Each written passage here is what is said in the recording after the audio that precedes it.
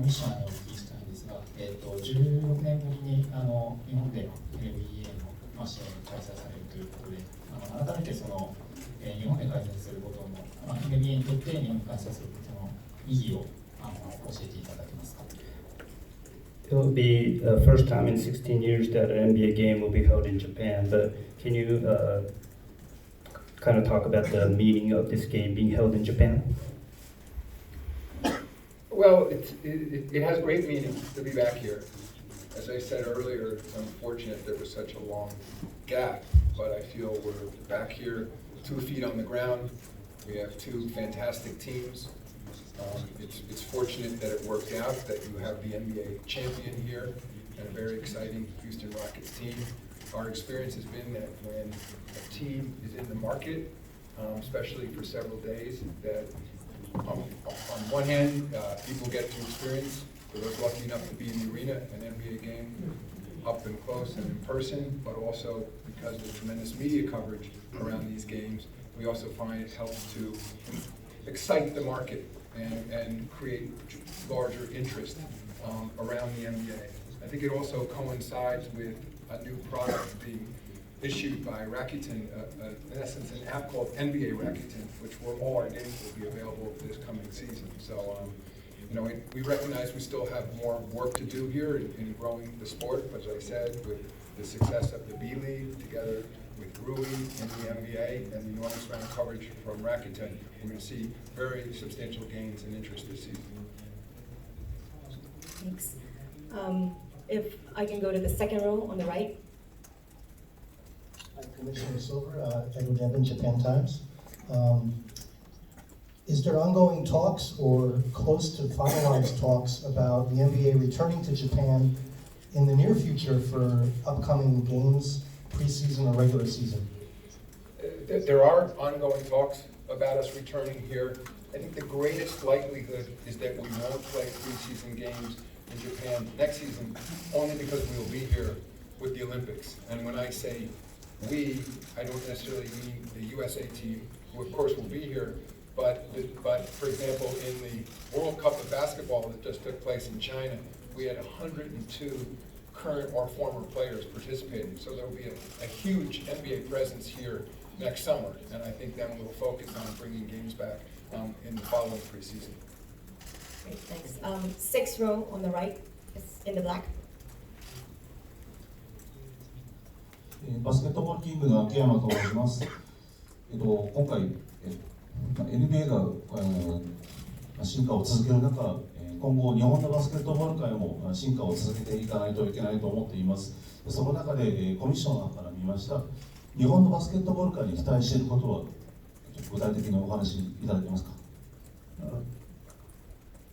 Akiyama from Basketball King, and as NBA is growing, Japanese basketball is growing as well. But what's your expectation of the Japanese basketball right now?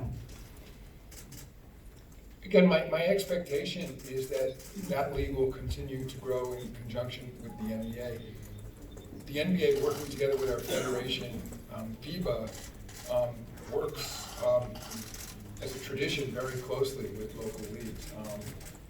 We see our mission not just to grow NBA basketball, but the sport of basketball. And there could be no greater complement than a well-run local league. And that's what we have here in Japan. And so we have a strong relationship between our offices. We are very supportive of their junior programs, which we know are critically important to build the game and ensuring that young boys and girls have access to first-rate coaching and facilities. And so again, I just say that we see a real path to growth here, and I think that I'll add just having the Olympics, my sort of having watched this over many years now, that the Olympics act as a true stimulus when they come to the market, because basketball is such a mainstay of the Summer Olympics, and that also serves to create a lot of excitement around the game. Thanks. Second row in the middle. Commissioner Silver, I'm Alex Thomas with CNN. Just as you walked in, the NBA released a statement about the Daryl Morey China row. Can you tell us any more about why it appears you've backed the Houston Rockets GM ahead of escalating controversy with China? As some of you may know, I issued a statement shortly before this press conference because I thought there was a lot of misunderstanding out there about our position. I thought we had been somewhat straightforward, but I can understand, given translations and given interpretations in different parts of the world, why there might have been some confusion. And essentially, what I've said in that statement is the long-held values of the NBA are to support freedom of expression, and certainly freedom of expression by members of the NBA community. And in this case, Daryl Morey, as the general manager of the Houston Rockets, enjoys that right as one of our employees. What I also try to suggest is I understand that there are consequences from that exercise of in essence, his freedom of speech. And we will have to live with those consequences. It's my hope that for our Chinese fans and our partners in China, they will see those remarks in the context of now a 3-decade, if not longer, relationship. And that we've done in partnership with the Chinese Basketball Association, the Department of Education, and many different businesses in China, I feel enormous amount to build the sport, to work in communities, to focus on healthy lifestyles, and that's where we find ourselves. But that as a league, we are not willing to compromise those values. And I'm sympathetic to our interests here and to our partners who are upset. And I don't think it's inconsistent on one hand to be sympathetic to them and at the same time stand by our principles. Thanks. Can we stay second row on the right? Yes. Chris Gallagher from Reuters News. Just to follow up on the China situation. So there's some news that I think the state broadcaster will not be airing some exhibition games, and Tencent has said it will temporarily not broadcast Houston Rockets games. What is the league doing to deal with that situation?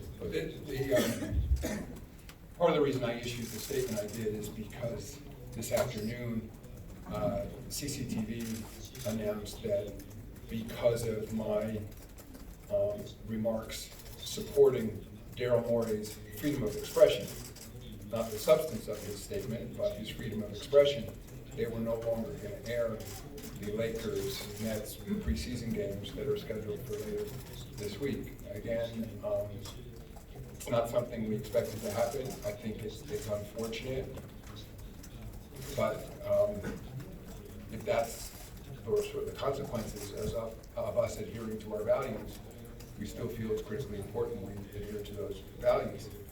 My plan all along has been to travel to Shanghai tomorrow, and I plan to attend the Lakers-Nets game Thursday night. It's my hope that when I'm in Shanghai, I can meet with the appropriate officials and discuss where we stand. And again, put those remarks from Daryl Morey and my remarks in an appropriate context of a many decades-long relationship, and see if we can find mutual respect for each other's political systems and beliefs. But I'm a realist as well, and recognize that this issue may not die down so quickly. Third row on the left. Commissioner, Tim Noonan from South China Morning Post in Hong Kong. As you know, your regional office has been there almost 30 years, and you have 60 employees, and the current corporate culture of companies like Cathay Pacific, where Beijing has insisted anyone who has posted, any of the employees who has posted anything favorable towards the protesters has to be fired or replaced. And I'm just wondering, in line with everything you've said, will you extend that to protect your employees' freedom of speech in Hong Kong, which is really ground zero for this whole debate? We will protect our employees' freedom of speech.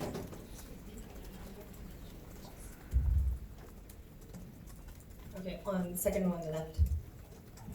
Commissioner Silver, Stephen Wade with the Associated Press. Have you communicated with your Megan or somebody with the Chinese Basketball Association? And what kind of distraction is this for you guys as your season just about to kick off?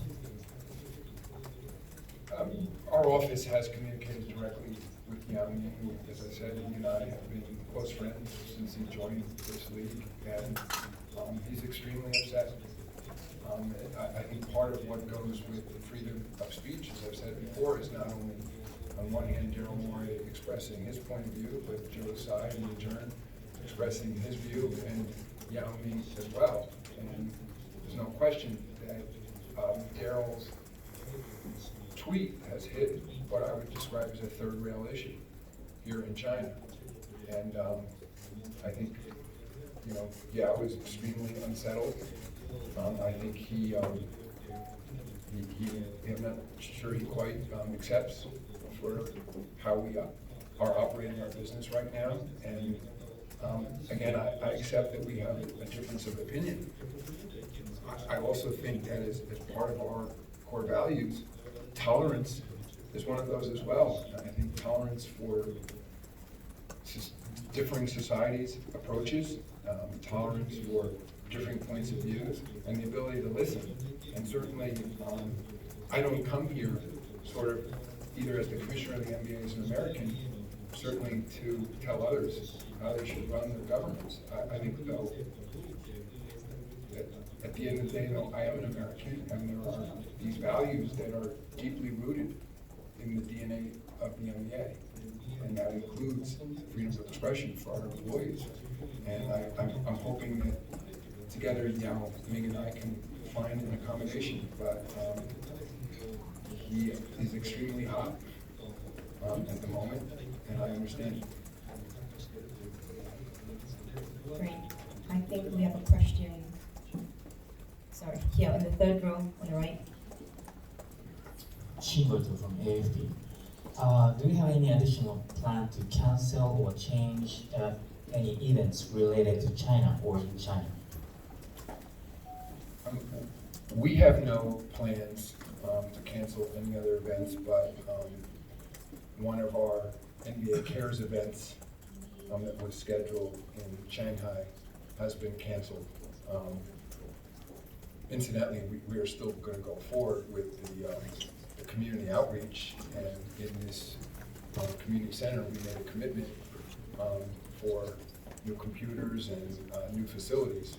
So we, of course, will still provide them. What has been canceled is more of a ceremonial event, and again, I accept that, but so far, no other events have been canceled, and it is our hope that no other events will be canceled, and as I said, that we can work with our longtime partners and find an accommodation, recognizing we have true differences. In the back, the last row. In the middle. スポーツ日本滝沢と言います。今、中国のチームとかがプレシーズンゲームで参加したりしてると思うんですけど、例えば日本の B リーグのチームが今後将来的に NBA のプレシーズンとかで戦う可能性とかはあったりしますか？ Takizawa from Sports Nippon, and right now there's several Chinese teams that are playing against NBA teams in the preseason. But do you see in the future a B League team competing against an NBA team in the preseason? We'd love to see a B League team competing in the preseason, and that has become a regular feature of NBA preseason competition in the United States, and that is teams from other countries and other leagues traveling to play our teams. So that is something we will look into doing going forward. Great. Second row on the left. Thank you, Alex Tiel from the Wall Street Journal. Two very short questions, if I may. One, firstly, can you confirm that you have no intention to apologise for the issue that you're now facing in China? And secondly, I appreciate that you freedom of speech and expression is very important to you, but would you like people connected with the NBA to be a little bit more careful before they tweet or before they say anything? The answer to your second question is, of course, I would like people who are associated with the NBA to be sensitive about other people's cultures. I think saying that by no means suggests that we're going to regulate their speech, but I think that is appropriate as a business that operates globally. I think we always have an eye on being sensitive to local mores, local customs, but you know, but again, that's not prescriptive. That's just a general sense, and I try to be sensitive into other cultures as I travel. Your first question? Can you confirm you have no intention to apologize for what's happened? Well, you know, what I want to be clear that, and I think there's been some confusion around this. We are not apologizing for Daryl exercising his freedom of expression. I regret, again, having communicated directly with many friends in China, that so many people are upset, including millions and millions of our fans. I mean, at the end of the day, you know, we come with basketball as an opportunity to sell dreams, sell hopes, to you know, increasingly focus on physical fitness, mental health, and to the extent that we are causing disruption in people's lives and that we are causing disharmony, that's something I regret. And so I think, as I said earlier, I don't think it's inconsistent to both be apologetic that that was the outcome of that speech, but at the same time support Daryl's right, you know, to his freedom of expression and Joe Tsai's right to respond. So I think I would just say I believe that's more of a human reaction. As someone who's been coming to China regularly since 2004, I've attended virtually every preseason game that we've ever conducted in any city in China. And as I said, we have business partners, many friends, including Yao Ming. And to the extent that we are upsetting people, I regret that. But as I said, I think one of the things that comes with freedom of expression often is very difficult conversations. That in any society, that comes with that sort of engagement. I think nobody ever suggested that when somebody exercises those rights, that it means that people are going to say, aha, now I agree, or that everything will be friendly. And if anything, that the fact that, and the very much an unintended consequence, but I think what we're seeing as a result of Daryl's tweet and Joe Tsai's response, I can tell you, at least speaking for the United States, that there's, I think, far more understanding of the complexity of the issues in Hong Kong than there was heretofore.